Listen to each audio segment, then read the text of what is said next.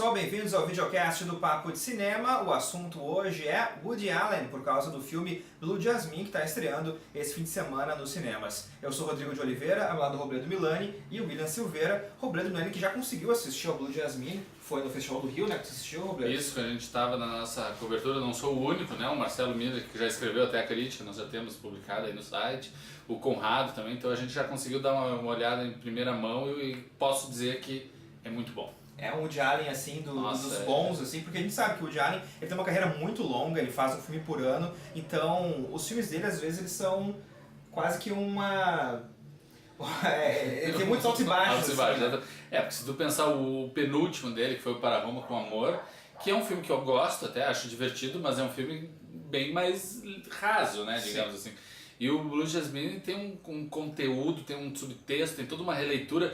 Inclusive, a grande inspiração do filme é Uma Rua Chamada Pecado, do Tennessee Williams. Então, assim, tem uma referência cinematográfica e estrutural de conteúdo mesmo, que é muito relevante. Realmente, se fala muito sobre a questão da crise criativa, né, que o Jared talvez estivesse passando ali nos Estados Unidos, quando ele voltou a fazer os seus filmes na Europa, se direcionou para a Europa fazer seus filmes. E esse filme, felizmente, ele volta dos Estados Unidos, foi filmado daí não em Nova York, tem algumas cenas em Nova York, mas a maior parte é na região ali de Los Angeles. E o filme é um dos melhores que ele fez nos Estados Unidos, eu acho que mais de uma década, certamente. O filme está muito bom. William, o que tu acha da carreira do Woody Allen? O que tu mais gosta? Dos dramas, das comédias do começo da carreira, dos filmes que ele está fazendo na Europa? É uma carreira variada, né? Tem muita coisa distinta. Eu gosto de um Woody Allen bem peculiar, assim, eu gosto de um Woody Allen que ele tem aquele Woody Allen do humor, né, que é o Woody Allen de noivo neurótico, noiva nervosa. Annie Hall. Annie Hall, exatamente, mas principalmente do Woody Allen mais parecido com o Bergman, né, que tem uma influência do Bergman muito forte, que é o Crimes e Pecados, o Manhattan. Interiores também, mas aí essa trilogia que vai fazer com Interiores, Memória e Setembro, ela às vezes pesa demais, né? Pesa demais pra quem gosta do Woody Allen. Eu já acho que fica bacana quando ele tenta trazer a questão existencial, mas um pouco camuflada com humor, assim, né? Que é Crimes e Pecados e Match Point, eu acho um filme sensacional. Certamente o Blue Jasmine tá no nível do Match Point, ele é muito mais denso que um Meia-Noite de Paris, por exemplo, que é um filme excelente, gosto bastante também, mas tem um tom mais cômico, uma pegada cômica mais forte. E o filme, apesar de ter momentos de humor, o Jasmine, assim, tu ri, tu se diverte com o filme, ele não é uma comédia. Não é uma comédia, é um filme, é uma história dramática sobre um episódio muito cataclismático na vida dessa mulher, da Jasmine, né? Que é a Cate Blanchett. Que é a Cate Blanchett. E o título faz essa brincadeira, né, do Blue Jasmine, porque Blue tá tudo azul pra nós, mas nos Estados Unidos o Blue também é triste, é deprimido, porque é o conceito dessa mulher, que é uma mulher que teve tudo.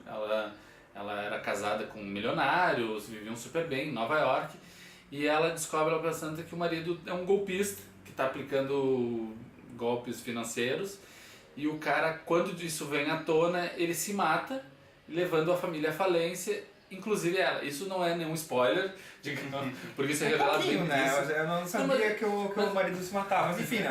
Mas isso é muito no início do filme, porque toda a participação, o que faz o marido é o Alec Baldwin, e toda a participação dele no filme é em flashback. Quando o filme começa, ele já está morto. Então é sempre ela lembrando momentos e como ela chegou a esse ponto. O começo do filme é ela chegando na casa dessa irmã, que é vivida pela Sally Hawkins, que é no Oscar já pelo Simplesmente Feliz, né? Não. Não foi? Não. Ela ganhou o Globo de Ouro pelo Simplesmente Feliz, que ela está muito bem, e eu espero que a Academia faça justiça agora, porque ela, apesar de ter ganho, não conseguiu o Oscar. E agora ela tem tudo para entrar como coadjuvante. E depois de uma sequência de filmes temáticos que ele fez na Europa, né, tentando buscar as características de cada cidade, ele pega um assunto atual, né, que é a classe média americana tendo os problemas financeiros. Exatamente. Foi essa derrocada econômica dos últimos tempos. Exatamente. O filme começa com a Jasmine chegando em Los Angeles, né, ela sai de Nova York, onde era a vida dos sonhos, e ela chega em Los Angeles para viver de favor na casa dessa irmã. Essa irmã que para ela, a gente vai descobrir depois, era uma vergonha para ela. Porque é a irmã mais pobre, as duas na verdade foram adotadas. Ainda bem, porque as duas não parecem nada uma com a outra, né? Exatamente, elas não são realmente irmãs, né?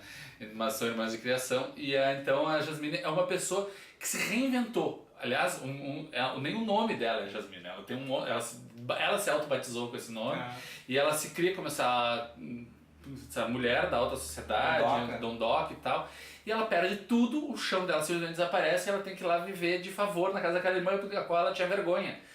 Então assim, só que isso é uma leitura inicial do filme, isso no começo do filme tu já sabe, só que é como uma cebola, sabe, que vai descamando várias camadas de história e aos poucos tu vai descobrir a relação dessa irmã com a fortuna da própria dela, o quanto essa irmã tá o esforço que essa irmã tá fazendo para aceitá-la em casa, e o papel das duas, a atuação das duas tá muito boa, e a Cate Blanchett então tá simplesmente fenomenal. Eu tenho certeza que ela vai ser indicada ao Oscar para melhor atriz, eu acredito, já tô ouvindo falar. Kate Blanchett, então, são dois locks. Dois locks, total. Dá um pouco de medo porque essa semana saiu a primeira premiação oficial dos Estados Unidos, né, que foi o Hollywood Film Awards, e ganhou a Sandra Bullock, melhor atriz pelo Gravidade. Acho que a Sandra tem força também, mas a Cate Blanchett tem tudo para ganhar seu segundo prêmio. Deram o melhor diretor pro Lee Daniels. É. Então não dá pra levar a sério. Não, pra mim o pior é melhor filme, que eu gosto até, mas o Star Trek pra melhor filme eu achei bem forçação. Mas o lance do Woody Allen, eu tive... A minha história com o Woody Allen é bem diferente de todo mundo, eu acho, porque eu não comecei vendo os filmes do Woody Allen, eu comecei a ler o Woody Allen. Eu li aquele Cuca Fundida, com livro de contos, ele que é excepcional. Isso quando eu entrei na faculdade, eu demorei pra encontrar o Woody Allen.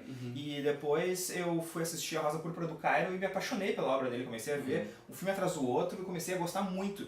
Mas até eu falei, né, que eu achei ele tardiamente, ou talvez não, né, porque talvez eu achei na hora certa, porque se começa muito novo ver o Woody Allen, às vezes tu pode até não gostar muito, claro, porque ele é um diretor bem diferenciado, porque ele tem diálogos muito bons, só que às vezes tu é muito jovem, às vezes tu não capta não bem consegue pegar todas as referências, referências, ironias, ele faz muitas referências à filosofia, psicologia, e jazz também, tem muito jazz no... Sim, eu me lembro que eu, adolescente, na época que foi lançado, eu fui assistir a Era do Rádio, que eu achei horrível, porque no filme simplesmente não se comunicou comigo. Anos depois eu fui ver e, nossa, é muito bacana e tal. Então realmente tu tem que ter uma certa idade, um certo entendimento das coisas para tu poder pegar todos esses signos e referências que ele faz uso nos filmes. Né? E essa produção prolífica de filmes muito diferentes, ele conta um pouco, né, no livro famoso de entrevistas que ele tem, de como ele realiza essas ideias, né? Ele diz que ele vai tendo ideias durante o dia, durante, né, a semana, ele vai escrevendo em pequenos papeizinhos e colocando numa sacola, guardando numa gaveta. E quando ele precisa de um plot para um filme, ele vai lá, sacode e joga pra cima, o que cair virado pra cima. Isso é uma história muito boa. O que cair virado pra cima, ele tenta juntar e fazer um filme. Uma história. E eu gosto muito do Woody Allen, de várias fases do Woody Allen tem, mas a primeira fase, por exemplo, que é aquele humor mais, sabe, slapstick, assim, aquela coisa meio pastelão, eu gosto bastante. E do filme, por exemplo, do Boris Grutchenko, aquele... Última Noite de Boris Grutchenko. Eu acho fantástico, muito porque bom. é um humor muito bem realizado. É o primeiro filme que o Woody Allen dava espaço para a Diane Keaton, por exemplo, fazer um papel no mesmo nível dele. Dormiu com o anterior também, já tinha um pouco isso, mas a Diane Keaton, nesse ali, ela tipo, realmente abriu os caminhos para os personagens femininos do Woody Allen, que seriam muito bons depois, né? O Woody Allen é um diretor de é um filme atriz, pouco conhecido, né? Mas é curioso isso também, porque assim, apesar dele ser um diretor de atrizes e ter várias atrizes já premiadas pelos trabalhos dele, a única atriz até hoje que conseguiu ganhar um Oscar como melhor atriz foi a Diane Keaton por Annie Hall. Isso. Todos os outros são prêmios de coadjuvantes, né? Teve a Diane Weiss, teve a Mira Sorvino, teve o Penélope Cruz, teve o Michael Caine, que ganhou como ator coadjuvante, mas como principal só a Diane Keaton. E mesmo assim o Annie Hall é muito mais sobre as reações daquele homem sobre ela, é muito mais um filme dele do que dela, né? E o Blue Jasmine é totalmente centrado nesse personagem. O Woody Allen usa a maioria dos seus filmes, eu digo mais de 90% do seu cinema, é centrado nas histórias, nesse roteiro, nos seus diálogos, e esse é um filme muito centrado no personagem. Acho que essa talvez seja a grande diferença do filme, que o personagem é muito fascinante. Tem uma cena, por exemplo, quando ela começa a namorar de novo, e ela está em pânico, porque é um cara que poderá representar a sua volta para aquela classe social. E tem uma cena, ela tá em pânico em casa, nervosa, porque esperando que o telefone toque. E quando finalmente o telefone toca, ela não fala nada, mas ela pega aquele telefone tremendo. E tu percebe realmente a qualidade, tudo aquilo que significa, o significado. Então realmente é muito bacana ele ter depositado numa intérprete tão talentosa quanto a Cate Blanchett, né? Que pode estar à altura do que se espera dela. É interessante porque o Woody Allen é um diretor que trabalha muito com os mesmos atores, então tipo, a gente tem vários filmes com ele, com a Diane Keaton, tem também toda aquela filmografia dele com a Mia Farrow, depois alguns filmes com a Scarlett Johansson. Então ele trabalha com a Cate Blanchett, que é uma atriz que ele não tinha trabalhado anteriormente e dá um papel tão importante para ela, mostra a confiança que ele tinha na intérprete, né? Mas ao mesmo tempo a gente tem o Alec Baldwin fazendo o segundo filme consecutivo com ele, E né? ele já tinha feito Alice já também. Exatamente. Mas é muito engraçado porque eu estava lendo uma entrevista dela recentemente na Total Film falando sobre o Blue Jasmine, e uma das primeiras perguntas eles falam justamente isso: como é que foi trabalhar com o Woody Allen, né, que tu nunca tinha atuado e tal, e dela diz assim: foi muito bom, ele é maravilhoso, ela enche de elogios assim, mas a única coisa que eu acho curiosa dele é que às vezes eu me sentia meio insegura em relação ao filmar, porque ele é conhecido por ser um diretor ágil, né, ele trabalha, ele tem um ritmo bem rápido, ele sabe exatamente o que quer. E ela, seguidamente, ela se sentia meio nervosa com a produção do trabalho e pedia pra ele fazer tentar gravar mais uma cena ou duas. E ele só concordava com poucas palavras, faziam mais 2, 3 cenas como ela queria, e depois ele virava pra ela e dizia assim: a primeira tava melhor. Sabe? É que o Woody Allen, ele diz que se ele não fala com os atores é porque tá bom. Sim. Se ele falar com o ator, aí sim, aí ele tem que realmente fazer alguma coisinha, alguma mudança.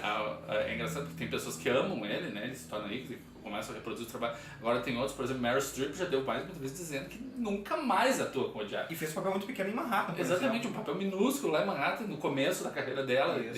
Mas ela disse que nunca mais porque ele é muito metódico, ele sabe exatamente o que quer. É uma frase bem marcante ali que eu li, ela fala assim, esse cara diz assim, que ele chegava pra ela e diz assim: há uma vírgula nesta fala, há um porquê ter esta vírgula nesta fala. Sabe? Uma coisa Que ele mudou também, sabe? Esse estilo mais minucioso de trabalhar. Manhattan no começo da carreira, e é um filme que depois esteticamente desaparece. Não, esteticamente desaparece. Aquela coisa mais, digamos, cirúrgica, dos planos mais longos, mais, né?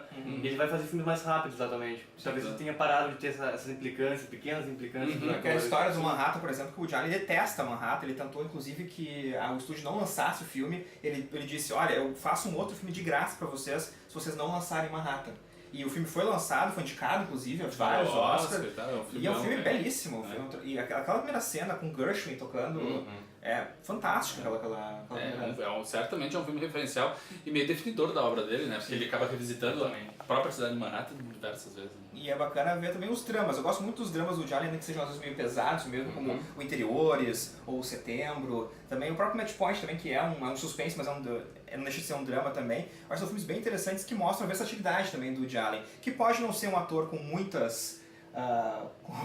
Enquanto ator, pra mim, ele tá no nível do Stallone. Os dois foram indicados uma vez pelo mesmo papel que reproduziram a vida inteira. Mas ninguém faz o Woody Allen melhor do que ele mesmo. Não, o Woody Allen é ótimo como ele mesmo. Eu adoro ver. Tanto que tantos já tentaram, né? Tantos já tentaram. Jason Biggs, Kenneth Branagh. Quantos já tentaram ser o Woody Allen? Não. John Cusack também. É que ele se acha um papel mais simples do que ele é, né? Ele coloca outras pessoas para tentarem interpretar ele, mas ele não consegue. É curioso ver quando mulheres tentam fazer isso. As caras de Johansson tentam fazer um scoop e sai horrível. Ficou horrível, realmente, porque não dá. É tanta gaguejada do jeito que o Woody Allen faz. Não dá, tem que ser o próprio Woody Allen mesmo fazendo, né?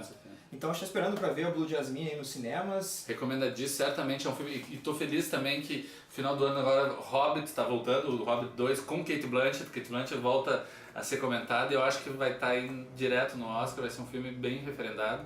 E bom ver o Woody Allen fazendo um bom filme. Muito bom. papocinema.com.br, pode ler a crítica do Marcelo, então, sobre Blue Jasmine e outras críticas também, né, que temos ali da filmografia do Woody Allen. Um grande abraço a todos e até a próxima.